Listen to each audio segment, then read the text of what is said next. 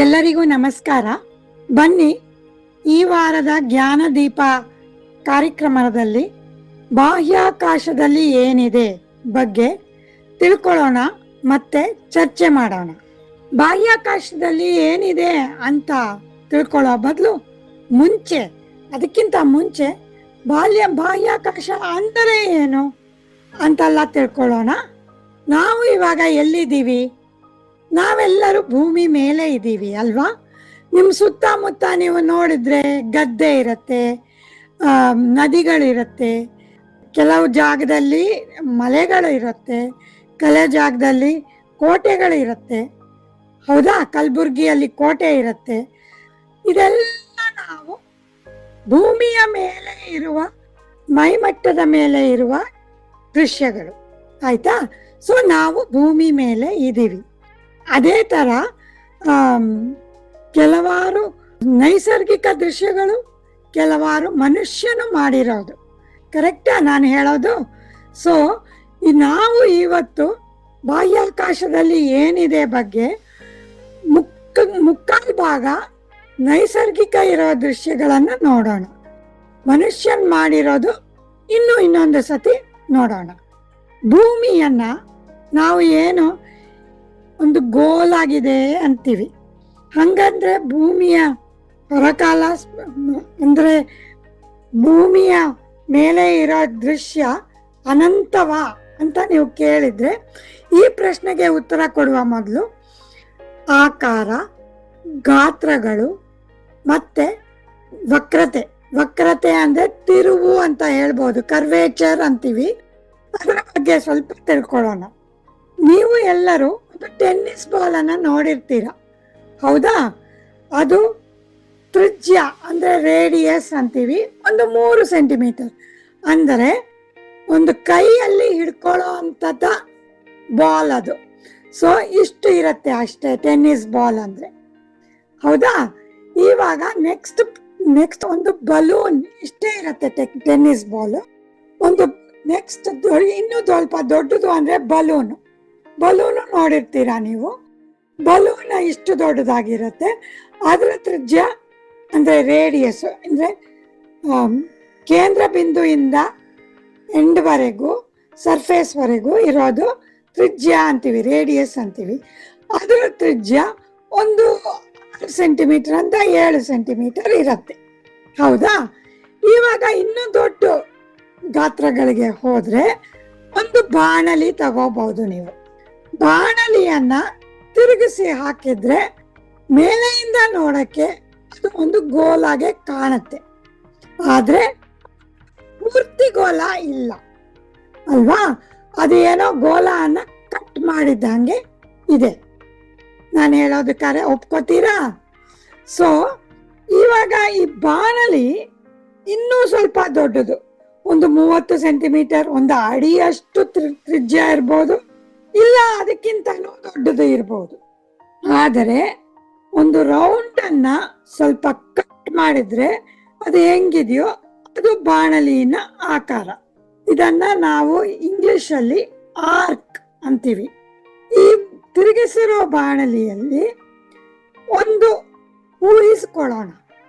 ಈ ತಿರುಗಿಸುವ ಬಾಣಲಿ ಮೇಲೆ ಒಂದು ಇರುವೆ ಹೋಗತ್ತೆ ಅನ್ಕೊಳ್ಳಿ.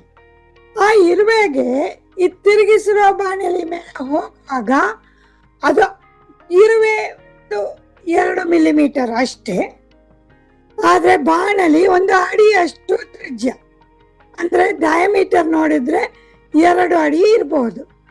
ಸೊ ಆ ಇರುವೆಗೆ ಈ ಬಾಣಲಿ ದೊಡ್ಡದು ಅನ್ಸತ್ತೆ ಅಲ್ವಾ?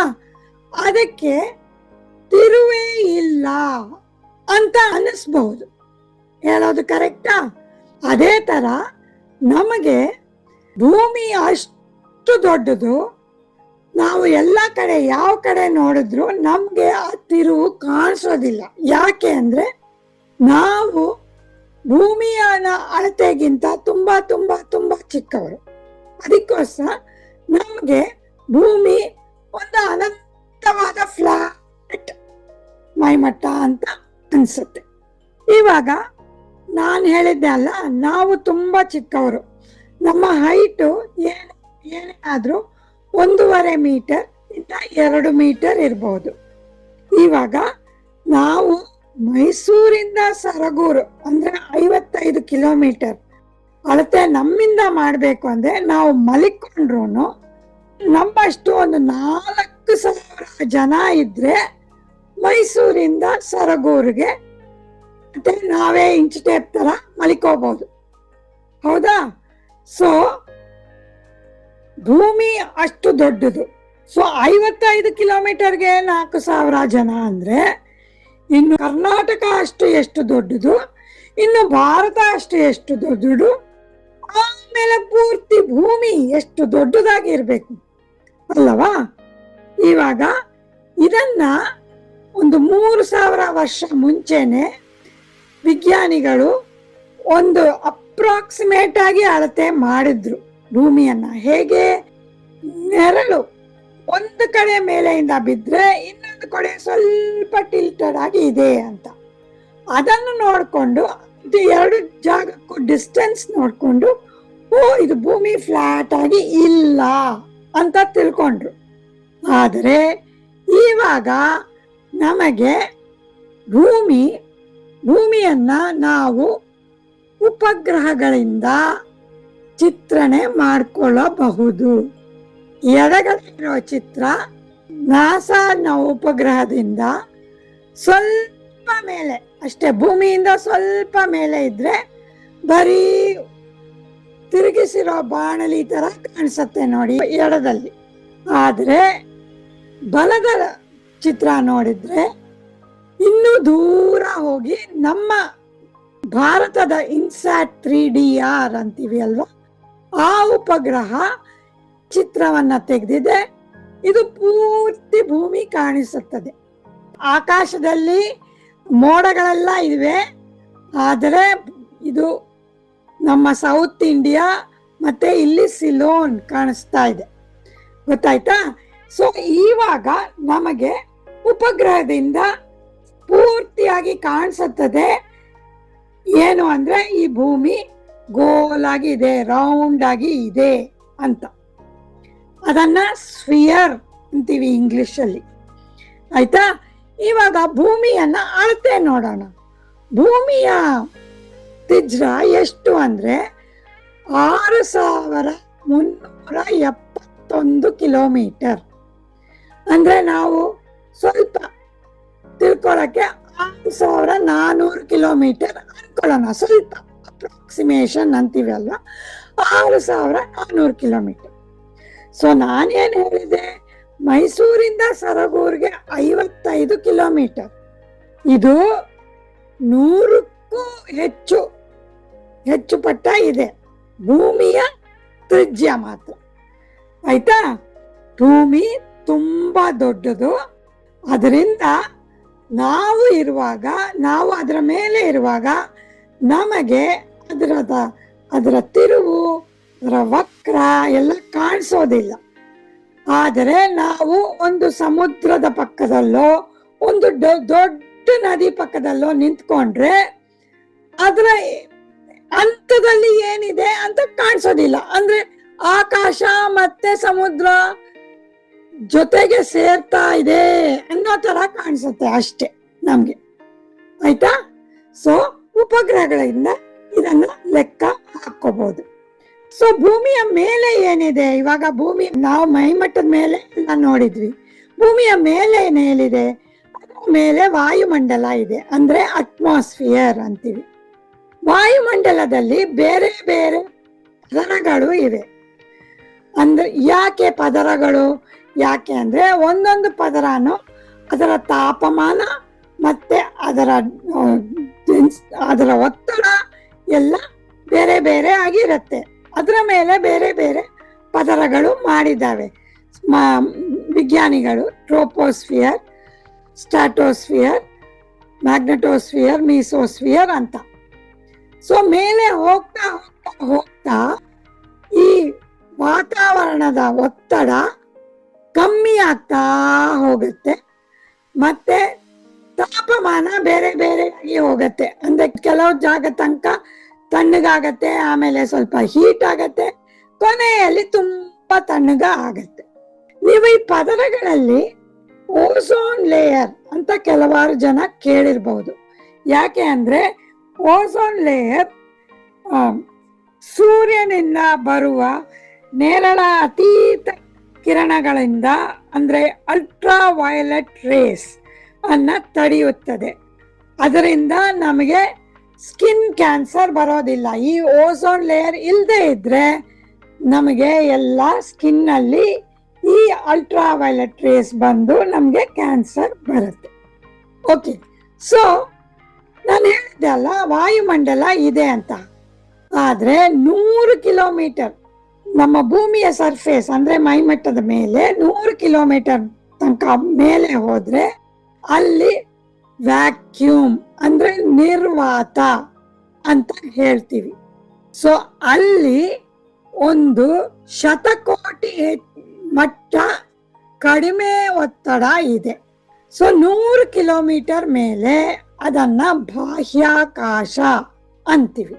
ಇವಾಗ ಬಾಹ್ಯಾಕಾಶದಲ್ಲಿ ಏನಿದೆ ಮೇಡಮ್? ನೀವು ಎಲ್ಲ ಹೇಳಿದ್ರಿ, ನಿರ್ವಾತನೇ ಆಗ್ಬಿಡತ್ತೆ ಅಂದ್ರಿ, ಆದ್ರೆ ಮತ್ತೆ ಬಾಹ್ಯಾಕಾಶದಲ್ಲಿ ಏನಿದೆ ಅಂತ ಏನು 1 ಗಂಟೆ ಚರ್ಚೆ ಮಾಡ್ತೀರಾ ಅಂತ ಕೇಳಬಹುದು ಅಲ್ವಾ? ಸೊ ಬಾಹ್ಯಾಕಾಶದಲ್ಲಿ ನಾವು ಇವಾಗ ಒಂದು ಎಕ್ಸಾಂಪಲ್ ಕೊಡೋಣ. ಮೈಸೂರಿನಿಂದ ಮಾದಾವರಕ್ಕೆ ನೀವು ಹೋಗುವಾಗ ಅಲ್ಲಿ ಮರಗಳು ಇರುತ್ತವೆ, ಮಣ್ಣು ಇರುತ್ತೆ, ಮನೆಗಳು ಇರುತ್ತವೆ ಅಲ್ವಾ? ಇವಾಗ ಮಾದಾವರದಿಂದ ಸರಗೂರು ಬರೋ ತನಕ ಅಷ್ಟು ಮನೆಗಳು ಇರಲ್ಲ, ಬರೀ ಮಣ್ಣು ಇರುತ್ತೆ. ಕೆಲವು ಜಾಗದಲ್ಲಿ ಮರಗಳು ಇರುತ್ತೆ, ಕೆಲವು ಜಾಗದಲ್ಲಿ ಗದ್ದೆ ಇರುತ್ತೆ. ಸೊ ನೀವು ಮನೆಗಳನ್ನೇ ನೋಡಿದ್ರೆ ಮನೆಗಳು ಇಲ್ಲ, ಅದರಿಂದ ನೀವು ಏನು ಇಲ್ಲ ಅಂತ ಹೇಳಬಹುದು. ಕರೆಕ್ಟಾ ನಾನು ಹೇಳಿದ್ದು? ಇವಾಗ ನಮ್ಮ ಭೂಮಿಯ ಮೇಲೆ ಇರುವ ವಾಯುಮಂಡಲದಲ್ಲಿ ಅಣುಗಳನ್ನ ಎಣ್ಣಿಕೆ ಹಾಕಿದ್ರೆ ಅಂದ್ರೆ ನಂಬರ್ ಆಫ್ ಮಾಲಿಕ್ಯೂಲ್ಸ್ ಅಂತೀವಿ ಅಲ್ವಾ, ಅದರ ಅಳತೆ ಹಾಕಿದ್ರೆ ಪ್ರತಿ ಘನ ಸೆಂಟಿಮೀಟರ್ಗೆ 2.7 ಅಂದ್ರೆ ಒಂದು 2.7 ಅನ್ನೋದನ್ನ 3 ಅಂತ ಇಟ್ಕೊಳ್ಳೋಣ. ಸೊ ನಾವು ಹಂಗೆ ಇಟ್ಕೊಂಡ್ರೆ 3 ಲಕ್ಷ ಕೋಟಿ ಅಣುಗಳು ಇದೆ. ಆದರೆ ಬಾಹ್ಯಾಕಾಶದಲ್ಲಿ ಬರೀ 10 ಲಕ್ಷ ಆಗುತ್ತದೆ. ಇಷ್ಟು ಕಮ್ಮಿ ಆಗ್ಬಿಡುತ್ತೆ ಮಾಲಿಕ್ಯೂಲ್ಸ್.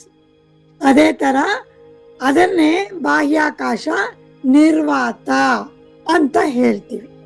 ಆಯ್ತಾ? ಇವಾಗ ಬಾಹ್ಯಾಕಾಶದಲ್ಲಿ ಏನಿದೆ ಅಂತ ತಿಳ್ಕೊಳ್ಳೋಣ. ನಮಗೆ ಹತ್ತಿರ ಇರೋದು ಅಂದ್ರೆ ಚಂದ್ರ, ಮೂನ್. ಹತ್ತಿರ ಇದು ಇದೆ ಅಂತ ಹೇಳ್ತಾ ಇದ್ದೀನಿ, ಆದ್ರೆ ಚಂದ್ರನೇ 4 ಲಕ್ಷ ಕಿಲೋಮೀಟರ್ ಅಷ್ಟು ದೂರದಲ್ಲಿ ಇದೆ. ಆಯ್ತಾ? ಅದಕ್ಕೆ ವಾಯುಮಂಡಲ ಇಲ್ಲವೇ ಇಲ್ಲ, ಬರೀ ಕೊನೆ ಎಕ್ಸೋಸ್ಫಿಯರ್ ಅಂತೀವಿ ಅಲ್ವಾ, ಆ ತರ ಬರೀ ತೆಳ್ಳಗಿರೋದು ಇದೆ. ಅಂದ್ರೆ ನೀವು ಹೇಳ್ಬೋದು ವಾಯುಮಂಡಲ ಇಲ್ಲ ಅಂತ, ಅದು ತಪ್ಪಲ್ಲ. ಇವಾಗ ಅದರ ಮೇಲೆ ಧೂಳು ಮತ್ತೆ ಕುಳಿಗಳು ಇದೆ. ಈ ಚಂದ್ರ ಭೂಮಿಯನ್ನ ಸುತ್ತತ್ತೆ. ಚಂದ್ರದ ಪರಿಭ್ರಮಣೆ ಮತ್ತೆ ಪರಿಕ್ರಮಣ ಎರಡೂ 28 ದಿನಗಳು. ಅಂದ್ರೆ ರೊಟೇಷನ್ ಮತ್ತೆ ರೆವಲ್ಯೂಷನ್ ಅಬೌಟ್ ದಿ ಅರ್ತ್ ಬರೀ 28 ದಿನಗಳು. ಆದರೆ ಎರಡೂ ಒಂದೇ ತರ. ಅದರಿಂದ ನಾವು ಭೂಮಿಯಿಂದ ನೋಡುವಾಗ ನಮಗೆ ಚಂದ್ರದ ಒಂದೇ ಕಡೆ ಕಾಣಿಸುತ್ತೆ, ಅದರ ಹಿಂದಗಡೆ ಕಾಣಿಸೋದೇ ಇಲ್ಲ. ನಾವು ಅದರ ಹಿಂದಗಡೆ ನೋಡ್ಬೇಕು ಅಂದ್ರೆ ಉಪಗ್ರಹಗಳನ್ನ ಕಳಿಸ್ಬಿಟ್ಟೆ ನೋಡ್ಬೇಕು. ಅದು ಮಾಡಿದ್ದೀವಿ ನಾವು. ಉಪಗ್ರಹದಿಂದ ಕೆಲವಾರು ಚಿತ್ರಗಳು ತೆಗೆದಿದ್ದೀವಿ. ಈ ಕೆಳಗಡೆ ಇರುವ ಚಿತ್ರಗಳು ಚಂದ್ರಯಾನಿನ ಕ್ಯಾಮರಾಗಳಿಂದ ತೆಗೆದಿರೋದು. Next slide. ಇನ್ನೂ ಸ್ವಲ್ಪ ದೂರ ಹೋದ್ರೆ ನಮ್ಗೆ ಬೇರೆ ಬೇರೆ ಗ್ರಹಗಳು ಕಾಣಿಸುತ್ತವೆ. ಬರೀ ಕಣ್ಣಲ್ಲೂ ಕೆಲವು ಗ್ರಹಗಳು ಕಾಣಿಸುತ್ತದೆ. ಅಂದರೆ ಬುಧ, ಶುಕ್ರ ಮತ್ತೆ ಅಂಗಾರಕ ಅಂತೀವಿ, ಇಲ್ಲ ನೀವು ಮಂಗಳ ಅಂತ ಹೇಳಬಹುದು. ಇವಾಗ ಮೇಲೆ ಇರುವ ಬಲದಲ್ಲಿ ಮೇಲೆ ಇರುವುದು ಬುಧ ಗ್ರಹ. ಅದನ್ನ ಮೆಸೆಂಜರ್ ಅಂತ ಒಂದು ಉಪಗ್ರಹದಿಂದ ಫೋಟೋ ತೆಗೆದಿದ್ದಾರೆ. ಅದು ನೋಡಕ್ಕೆ ಸ್ವಲ್ಪ ಸ್ವಲ್ಪ ಸ್ವಲ್ಪ ಚಂದ್ರ ತರಾನೇ ಇರತ್ತೆ, ಕುಳಿಗಳು ಇರ್ತವೆ, ಅದಕ್ಕೂ ಅಟ್ಮಾಸ್ಫಿಯರ್ ಇರಲ್ಲ. ಈ ಕುಳಿಗಳು ಯಾಕೆ ಬರುತ್ತೆ ಅಂದ್ರೆ ಅದಕ್ಕೆ ವಾಯುಮಂಡಲ ಇಲ್ಲ ಅಲ್ವಾ. ಬೇರೆ ಬಾಹ್ಯಾಕಾಶದಿಂದ ಬರೋ ಮೀಟಿಯರಾಯ್ಟ್ ಅಂತೀವಿ ಅಲ್ವಾ, ಅವೆಲ್ಲ ಬಿದ್ರೆ ಕುಳಿಗಳು ಆಗ್ತವೆ. ಆದ್ರೆ ನಮ್ಮ ಭೂಮಿ ಮೇಲೆ ನಮಗೆ ಈ ವಾಯುಮಂಡಲ ಇರೋದ್ರಿಂದ ಅವೆಲ್ಲ ವಾಯುಮಂಡಲದಲ್ಲೇ ಅಗ್ನಿ ತರ ಆಗ್ಬಿಡತ್ತೆ, ಬೀಳಲ್ಲ ನಮ್ಮ ಭೂಮಿ ಮೇಲೆ. ತುಂಬಾ ದೊಡ್ಡದಾಗಿದ್ರೆ ನಮ್ಮ ಭೂಮಿ ಮೇಲೆ ಬೀಳತ್ತೆ. ಈ ಬಲಗಡೆ ರೈಟ್ ಅಲ್ಲಿ ಕೆಳಗಡೆ ಇರೋದು ಶುಕ್ರ ಗ್ರಹ. ಇದನ್ನ ಮ್ಯಾರಿನರ್ 10 ಅಂತ ನಾಸಾದಿಂದ ಹೋಗಿರುವ ಉಪಗ್ರಹದಿಂದ ತೆಗ್ದಿರೋ ಚಿತ್ರ. ಇದು ಹೊರಗಡೆ ಗ್ಯಾಸ್ ತರ ಕಾಣಿಸುತ್ತೆ, ಆದ್ರೆ ಒಳಗಡೆ ಹೋದ್ರೆ ಸರ್ಫೇಸ್ ಇದೆ ಶುಕ್ರ ಗ್ರಹಕ್ಕೆ. ಇವಾಗ ಎಡಗಡೆ ಬರೋಣ. ಅದು 2 ಚಿತ್ರಗಳು ಮಂಗಳದ ಚಿತ್ರಗಳು. ಇವಾಗ ಪೂರ್ತಿ ಎಡಗಡೆ ಫುಲ್ ನಮ್ಮ ಮಂಗಳ ಗ್ರಹದ್ದು ಬೇರೆ ಬೇರೆ ತರ ಆಕೃತಿಗಳು ಇದೆ. ಮತ್ತೆ ಮೇಲೆ ಇರೋ ಪೋಲ್ ಮೇಲೆ ಸ್ವಲ್ಪ ಐಸು ಇದೆ. ಅದು ಕಾರ್ಬನ್ ಡೈಆಕ್ಸೈಡ್ ಐಸ್ ಇರ್ಬೋದು, ಇಲ್ಲ ವಾಟರ್ ವೇಪರ್ದು ಐಸ್ ಇರ್ಬೋದು. ಇವಾಗ ಮಧ್ಯದ ದೃಶ್ಯಕ್ಕೆ ಬರೋಣ. ಇವಾಗ ಮಧ್ಯದ ದೃಶ್ಯದಲ್ಲಿ ಈ ಮಂಗಳ ಗ್ರಹ ಮೇಲೆ ಚುಕ್ಕೆ ಅಲ್ವಾ, ಮೊಡವೆ ತರ ಇದೆ. ಇವುಗಳು ಏನು ಅಂತ ನೀವು ಕೇಳಬಹುದು. ಇವುಗಳು ಎಲ್ಲ ಜ್ವಾಲಾಮುಖಿಗಳು, ಅಂದ್ರೆ ವೋಲ್ಕೆನೋಸ್. ಸೌರ ಮಂಡಲದಲ್ಲೇ ಅತಿ ಎತ್ತರದ ಮತ್ತೆ ಅತಿ ದೊಡ್ಡ ಜ್ವಾಲಾಮುಖಿಗಳು ಮಂಗಳ ಗ್ರಹ ಮೇಲೆ ಇದೆ. ಈ ಮೇಲೆ ಇರೋದನ್ನ ಒಲಿಂಪಸ್ ಮಾನ್ಸ್ ಅಂತೀವಿ. ಅದು ಅತಿ ಎತ್ತರದ ಜ್ವಾಲಾಮುಖಿ. ಅದರದ ಎತ್ತರ 27 ಕಿಲೋಮೀಟರ್ ಮತ್ತೆ ತ್ರಿಜ್ಯ 300 ಕಿಲೋಮೀಟರ್. ಭೂಮಿಯಲ್ಲಿ ಇರೋ ಅತಿ ದೊಡ್ಡ ಜ್ವಾಲಾಮುಖಿ ಬರೀ 10 ಕಿಲೋಮೀಟರ್ ಎತ್ತರ ಮತ್ತೆ 60 ಕಿಲೋಮೀಟರ್ ತ್ರಿಜ್ಯ. ಆಯ್ತಾ? ಸೊ ನೋಡ್ಕೋಬಹುದು, ಅದು ಮಂಗಳ ಗ್ರಹ ಭೂಮಿಗಿಂತ ಚಿಕ್ಕದು, ಆದ್ರೆ ಅದರ ಮೇಲೆ ಇರುವ ಜ್ವಾಲಾಮುಖಿಗಳು ಅಷ್ಟು ಎತ್ತರ ಇದೆ. ಇನ್ನೂ ದೂರ ಹೋದ್ರೆ ನಾವು ಹೊರಗಿನ ಗ್ರಹಗಳು ಅಂತೀವಿ. ಗುರು, ಶನಿ, ಯುರೇನಸ್ ಮತ್ತೆ ನೆಪ್ಟ್ಯೂನ್. ಈ ಬಲದಲ್ಲಿ ಜೂಪಿಟರ್ ಅಂದ್ರೆ ಗುರು, ಅದರ ಮೇಲೆ ಒಂದು ರೆಡ್ ಸ್ಪಾಟ್ ಇರತ್ತೆ. ಈ 4 ಗ್ರಹಗಳು ಗೇಷಿಯಸ್ ಅಂದ್ರೆ ಅನಿಲಿನ ಗ್ರಹಗಳು ಅಂತೀವಿ. ಅಂದ್ರೆ ಅದಕ್ಕೆ ಸರ್ಫೇಸ್ ಇದೆಯೋ ಇಲ್ವೋ ಗೊತ್ತಿಲ್ಲ, ಆದ್ರೆ ಇವಾಗ ಇರೋ ತಿಳುವಳಿಕೆಯಿಂದ ನಾವು ಇದನ್ನ ಗೇಷಿಯಸ್ ಅಂತೀವಿ. ಅದಕ್ಕೆ ಸರ್ಫೇಸೇ ಇಲ್ಲ. ಮತ್ತೆ ತುಂಬಾ ತಂಪಾಗಿರೋ ಪ್ಲಾನೆಟ್ ಇವುಗಳು, ತಂಪಾಗಿರೋ ಗ್ರಹಗಳು. -110 ಡಿಗ್ರಿ ಸೆಂಟಿಗ್ರೇಡ್ ಗಿಂತ ಕಮ್ಮಿ ತಾಪಮಾನ. ಆಯ್ತಾ? ಸೊ ಮೇಲೆ ಇರೋದು ಗುರು, ಕೆಳಗಡೆ ಇರೋದು ಶನಿ. ಈ ಕಡೆ ಶನಿಗೆ ರಿಂಗ್ಸ್ ಅಂತೀವಿ, ಅಂದರೆ ಸುರುಳಿ ತರ ಇದೆ ಸುತ್ತಲೂ. ಇದು ಬರೀ ಡಸ್ಟ್ ರಿಂಗ್ಸ್, ಡಸ್ಟ್ ಇಂದ ಆಗಿರೋ ರಿಂಗ್ಸ್. ಇವಾಗ ಎಡಗಡೆಗೆ ಬಂದ್ರೆ ಯುರೇನಸ್ ಮತ್ತೆ ನೆಪ್ಟ್ಯೂನ್. ಇದು ಇನ್ನೂ ದೂರದಲ್ಲಿ ಇದೆ. ಇವೇ ತುಂಬಾ ತುಂಬಾ ತಂಪಾಗಿದೆ, ಅದರಿಂದ ಅದನ್ನು ಯೂಶುವಲಿ ಬ್ಲೂ ಕಲರ್ ಅಲ್ಲಿ ತೋರಿಸ್ತಾ ಇದ್ದಾರೆ. ಇವೆಲ್ಲ ನಾಸಾದ ಉಪಗ್ರಹಗಳಿಂದ ತೆಗೆದಿರೋ ಚಿತ್ರಗಳು. ಇವಾಗ ಸೂರ್ಯಕ್ಕೆ ಬರೋಣ. ಈ ಗ್ರಹಗಳು ನಾನು ಏನ್ ತೋರಿಸಿದ್ದೀನೋ 8 ಗ್ರಹಗಳು ಸೂರ್ಯನನ್ನ ಸುತ್ತತ್ತೆ. ಭೂಮಿ ಸೂರ್ಯನನ್ನ ಸುತ್ತಕ್ಕೆ 365 ದಿವಸ ತಗೊಳತ್ತೆ. ಅದನ್ನ 1 ವರ್ಷ ಅಂತ ನಾವು ಲೆಕ್ಕ ಹಾಕ್ತೀವಿ. ಸೂರ್ಯ ಗ್ರಹ ಅಲ್ಲ, ಅದು ಒಂದು ನಕ್ಷತ್ರ. ಇದು ಅನಿಲದ ಒಂದು ಬಿಸಿಯಾದ ಗೋಳು, ಹಾಟ್ ಬಾಲ್ ಆಫ್ ಗ್ಯಾಸ್ ಅಂತೀವಿ. ಅದರಲ್ಲಿ ಬೇಕಾದಷ್ಟು ಹೈಡ್ರೋಜನ್ ಮತ್ತೆ ಹೀಲಿಯಂ ಇದೆ. ಇದು ಇದರ ಮೇಲೆ ಇರೋ ತಾಪಮಾನ 5900 ಕೆಲ್ವಿನ್, ಅಂದ್ರೆ 5500 ಡಿಗ್ರಿ ಸೆಂಟಿಗ್ರೇಡ್ ಅಷ್ಟು ಇದೆ.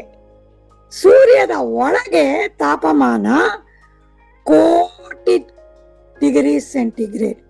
ಸೂರ್ಯದ ಕೇಂದ್ರ ಭಾಗದಲ್ಲಿ ನಡೆಯುವ ಪರಮಾಣು ಕ್ರಿಯೆಗಳಿಂದ ಶಕ್ತಿ ಉತ್ಪತ್ತಿಯಾಗುತ್ತದೆ. ಈ ಶಕ್ತಿಯಿಂದನೇ ಸೂರ್ಯನಿಂದ ಬೆಳಕು ಉತ್ಪತ್ತಿಯಾಗುತ್ತದೆ. ಸೂರ್ಯನಲ್ಲಿ ಮಾತ್ರ, ನಮ್ಮ ಸೌರಮಂಡಲದಲ್ಲಿ ಸೂರ್ಯನಿಂದ ಮಾತ್ರ ಅದರದೇ ಬೆಳಕು ಉತ್ಪತ್ತಿಯಾಗುತ್ತದೆ. ಇವಾಗ ನಾನು 8 ಗ್ರಹಗಳು ಹೇಳಿದ್ನಲ್ಲ, ಮತ್ತೆ ಚಂದ್ರನೂ ಹೇಳಿದ್ದೆ. ಚಂದ್ರ ಭೂಮಿಯ ಉಪಗ್ರಹ. ಸೊ ಈ 8 ಗ್ರಹಗಳು ಅದು ಬೆಳಕು ಉತ್ಪತ್ತಿ ಮಾಡಿಸುವುದಲ್ಲ, ಸೂರ್ಯನಿಂದ ಬರುವ ಬೆಳಕನ್ನ ಪ್ರತಿಬಿಂಬಿಸುತ್ತವೆ, ಅಂದ್ರೆ ರಿಫ್ಲೆಕ್ಟ್ ಮಾಡ್ತವೆ ಅಷ್ಟೇ. ಇವಾಗ ಸೂರ್ಯದ 2 ಚಿತ್ರಗಳು ಇವೆ ಅಲ್ವಾ. ಮೇಲೆ ಇರೋದು ನೀವು ನೋಡೋದು, ಯಾವಾಗ್ಲೂ ನೋಡೋದು ಸ್ವಲ್ಪ ಆರೆಂಜ್ ಆಗೋ ಯೆಲ್ಲೋ ಆಗೋ ಇರೋದು ಕಾಣಿಸುತ್ತದೆ. ಆದಿತ್ಯ L1 ಅಂದ್ರೆ ಇಸ್ರೋದು, ಭಾರತದ ಆದಿತ್ಯ L1 ಇಂದ ತೆಗೆದಿರೋದು. ಇದು ಸನ್ನಲ್ಲಿ ಆಕ್ಟಿವಿಟಿ ಜಾಸ್ತಿ ಆದಾಗ ಈ ಸನ್ ಸ್ಪಾಟ್ಸ್ ಜಾಸ್ತಿ ಆಗತ್ತೆ. ಬರೀ ಕಣ್ಣಲ್ಲಿ ಸೂರ್ಯನ ನೋಡಕ್ ಆಗಲ್ಲ, ನೋಡ್ಲೂಬಾರ್ದು, ಯಾಕೆಂದ್ರೆ ಕೆಲವರಿಗೆ ಕಣ್ಣು ಕೆಟ್ಟು ಹೋಗುತ್ತೆ. ನೀವು ಸೂರ್ಯನ ಬಿಂಬನನ್ನ ಒಂದು ವಾಲ್ ಮೇಲೆ ಹಾಕಿದ್ರೆ ಈ ಕಲೆಗಳನ್ನ ಕಪ್ಪು ಕಪ್ಪು ಚುಕ್ಕೆಯಾಗಿ ನೋಡಬಹುದು. ಸ್ಪೆಷಲಿ ಕಲರ್ಡ್ ಒಂದು ಫಿಲ್ಟರ್ ಇಂದ ತೆಗ್ದಿರೋದ್ರಿಂದ ಇದು ವೈಟ್ ಆಗಿ ಕಾಣಿಸುತ್ತೆ. ಬಟ್ ಆಕ್ಚುಲಿ ನಮ್ಮ ಕಣ್ಣಿಗೆ ಅದು ಡಾರ್ಕ್ ಸ್ಪಾಟ್ಸ್, ಡಾರ್ಕ್ ಕಲೆಗಳಾಗಿ ಕಾಣಿಸುತ್ತವೆ. 8 ಗ್ರಹಗಳು ಹೆಂಗೆ ಸುತ್ತತ್ತೆ ಅಂತ. ಸೂರ್ಯ ಬೇಕಾಷ್ಟು ದೊಡ್ಡದು.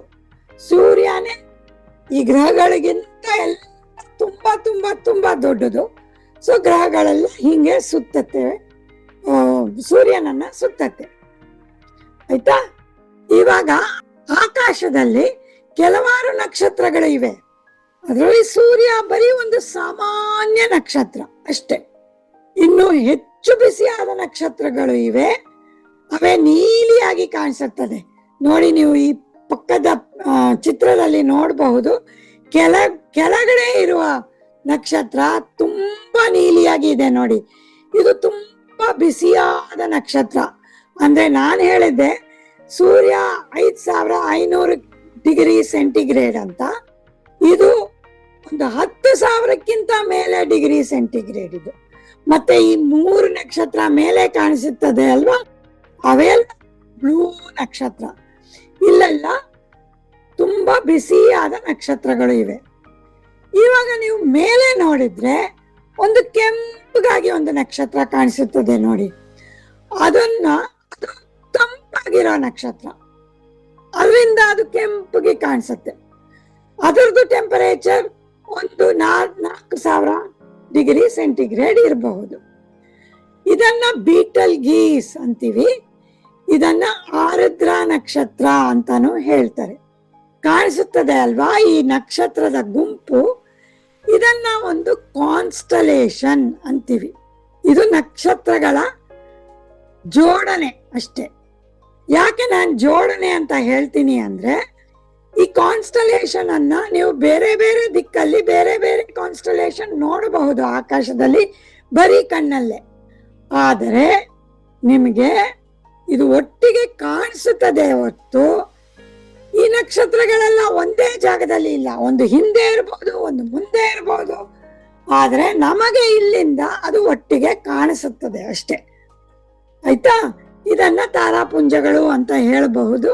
ಈ ತಾರಾಪುಂಜ, ಈ ಪರ್ಟಿಕ್ಯುಲರ್ ತಾರಾಪುಂಜನ ಬೇಟೆಗಾರ ಅಂದ್ರೆ ಹಂಟರ್ ಅಂತ ಕರೀತಾರೆ. ನಮ್ಮ ಇಂಡಿಯನ್ ಅಸ್ಟ್ರಾನಮಿಯಲ್ಲಿ ಇದನ್ನ ಮೃಗ ಅಲ್ಲ ಮೃಗಶಿರ ಅಂತಾನು ಕರೀತಾರೆ. ಆಕಾಶದಲ್ಲಿ ಕೆಲವಾರು ನಕ್ಷತ್ರಗಳ ಗುಂಪುಗಳು ಇವೆ. ಕ್ಲಸ್ಟರ್ಸ್ ಆಫ್ ಸ್ಟಾರ್ಸ್ ಅಂತೀವಿ. ಈ ಕ್ಲಸ್ಟರ್ಸ್ ಆಫ್ ಸ್ಟಾರ್ಸ್ ಏನು ಅಂದ್ರೆ ಒಂದು ಟೈಪು ಇದರಲ್ಲಿ ಗ್ಲೋಬುಲರ್ ಕ್ಲಸ್ಟರ್ ಅಂತೀವಿ.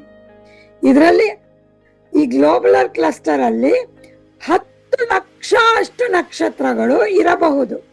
ಆದರೆ ಈ ಗುಂಪು ಒಟ್ಟಿಗೆ ಇದೆ. ಇದರದ್ದು ಅಳತೆ ಬರೀ ಚಂದ್ರ ಅಷ್ಟು ಅಳತೆ ಇರಬಹುದು, ಆದ್ರೆ ಲಕ್ಷ ನಕ್ಷತ್ರ ಇವೆ.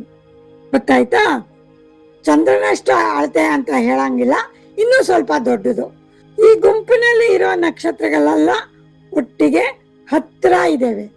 ನೋಡಿ, ಇನ್ನೊಂದು ಗ್ಲೋಬುಲರ್ ಕ್ಲಸ್ಟರ್, ಸ್ವಲ್ಪ ಬೇರೆ ಬೇರೆ ತರ ನಕ್ಷತ್ರಗಳಿವೆ. ಇದರಲ್ಲೂ 10,000 ನಕ್ಷತ್ರ ಇರಬಹುದು. ಆಯ್ತಾ? ಸೊ ಈ ತರ ಬೇಕಾದಷ್ಟು ನಕ್ಷತ್ರಗಳ ಗುಂಪುಗಳು ಇವೆ. ಮತ್ತೆ ಬರೀ ಒಂದೊಂದು ನಕ್ಷತ್ರನೇ ಲಕ್ಷಾಂತರಗಳು ಇದ್ದೇವೆ. ನೀವು ಆಕಾಶದಲ್ಲಿ ನೋಡಿದ್ರೆ ಬೇಕಾದಷ್ಟು ನಕ್ಷತ್ರಗಳು ಇವೆ. ಆಯ್ತಾ? ಇವಾಗ ಇದು ನಕ್ಷತ್ರಗಳ ಗುಂಪು.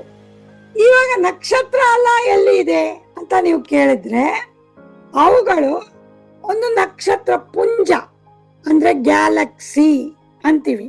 ಒಂದು ದೊಡ್ಡ ತಾರಾಗಣ ಅಥವಾ ತೇಜೋಗಣ ಅಂತ ಹೇಳಬಹುದು. ಈ ಗ್ಯಾಲಕ್ಸೀಸ್ ಅದನ್ನ ನಾವು ನಮ್ಮ ಸೌರಮಂಡಲ ಇರುವ ಗ್ಯಾಲಕ್ಸಿಯನ್ನ ಮಿಲ್ಕಿ ವೇ ಅಲ್ಲ ಆಕಾಶ ಗಂಗೆ ಅಂತ ಕರಿತೀವಿ. ಅಲ್ಲಿ ನೋಡಬಹುದು ಒರಯನ್ ಆದ್ರೆ ಅದು ಇದೆ. ನಮ್ಮ ಸೌರಮಂಡಲ ಕೆಂಪಿಗೆ ತೋರಿಸಿದ್ದಾರೆ ನೋಡಿ, ಅಲ್ಲಿ ಇದೆ. ಅಂದರೆ ಈ ತಾರಾಗಣ ಒಂದು ಸುರುಳಿ ತಾರಾಗಣ ಅಂದ್ರೆ ಸ್ಪೈರಲ್ ಗ್ಯಾಲಕ್ಸಿ. ಸೊ ನೀವು ಸ್ಪೈರಲ್ ಆಗಿ ಒಂದು ಹೋಗ್ತಾ ಇದೆ ನೋಡಿ, ಆರ್ಮ್ಸ್ ಅಂದ್ರೆ ಇದಕ್ಕೆ ಬೇರೆ ಸುರುಳಿಕಾರದ ತೋಳುಗಳು ಇವೆ, ಆರ್ಮ್ಸ್ ಅಂತೀವಿ. ಬೇರೆ ಬೇರೆ ತರ. ನೀವು ತುಂಬಾ ಡಾರ್ಕ್ ಇರೋ ಜಾಗದಲ್ಲಿ ಹೋದ್ರೆ ನಿಮ್ಗೆ ಸೆಪ್ಟೆಂಬರ್ ಇಂದ ಈ ಸ್ಯಾಜಿಟೇರಿಯಸ್ ತೋಳು ಕಾಣಿಸುತ್ತದೆ. ಅಲ್ಲಿ ಜಾಸ್ತಿ ಪಟ್ಟು ನಕ್ಷತ್ರಗಳು ಇವೆ. ಈ ನಕ್ಷತ್ರಗಳ ಕೆಲವಾರು ನಕ್ಷತ್ರಗಳು ಇರೋದ್ರಿಂದ ಈ ಸುರುಳಿ ತೋಳು ಆಗಿದೆ. ಈ ಸೌರಮಂಡಲ ಗ್ಯಾಲಕ್ಸಿನ ಕೇಂದ್ರವನ್ನು ಒಂದು ನಮ್ಮ ಸೌರಮಂಡಲ ಇದೆಯಲ್ಲ, ಈಗ ಈ ಕೇಂದ್ರವನ್ನ 1 ಗಂಟೆಗೆ 8.28 ಲಕ್ಷ ಕಿಲೋಮೀಟರ್ ವೇಗದಲ್ಲಿ ಸುತ್ತುತ್ತದೆ. 1 ಗಂಟೆಯಲ್ಲಿ 8.28 ಲಕ್ಷ ಕಿಲೋಮೀಟರ್ ವೇಗದಲ್ಲಿ ಸುತ್ತುತ್ತಿದೆ. ಓಕೆ, ಸೊ ನಾವು ಭೂಮಿ ಮೇಲೆ ನಿಂತು ಸುತ್ತಾ ಇದೀವಿ ಸೂರ್ಯನನ್ನ. ಸೌರಮಂಡಲನೇ ಆಕಾಶ ಗಂಗೆಯಲ್ಲಿ ಸುತ್ತಾ ಇದೆ, ಎಲ್ಲ ಆಗ್ತಾ ಇದೆ. ಆದ್ರೆ ನಮ್ಗೆ ಏನ್ ತಿಳಿಯತ್ತೆ, ನಾವು ಆರಾಮಾಗಿ ಇದ್ದೀವಿ ಅಂತ. ಗೊತ್ತಾಯ್ತಾ ಹೆಂಗಿದೆ ಇದು? ಯಾಕೆ ಅಂದ್ರೆ ನಾವು ಇರೋದು ದೊಡ್ಡ ವಿಶ್ವದಲ್ಲಿ. ಇವಾಗ ಬೇರೆ ಬೇರೆ ತರ, ಇದು ಒಂದೇ ತರ ಸ್ಪೈರಲ್ ಗ್ಯಾಲಕ್ಸಿ ಅಲ್ಲ, ಬೇರೆ ಬೇರೆ ತರ ಸ್ಪೈರಲ್ ಗ್ಯಾಲಕ್ಸಿಗಳು ಕಾಣಿಸುತ್ತೆ. ಚಿತ್ರ ಇದೆ ನೋಡಿ.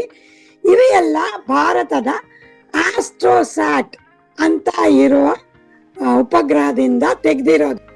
ಆಸ್ಟ್ರೋಸ್ಯಾಟ್ ಇಂದ ತೆಗೆದಿರೋದು. ನೀವು ಕೇಳಬಹುದು ಎಲ್ಲ ಸುರುಳಿ ತರಾನೇ ಇರತ್ತಾ ಅಂತ. ಇಲ್ಲ, ಅದು ವಿಚಿತ್ರವಾಗಿ ಇರೋ ತಾರಾಗಣ. ಅದರಿಂದ ಬೇರೆ ಬೇರೆ ತರ ಇರುತ್ತೆ ತಾರಾಗಣ.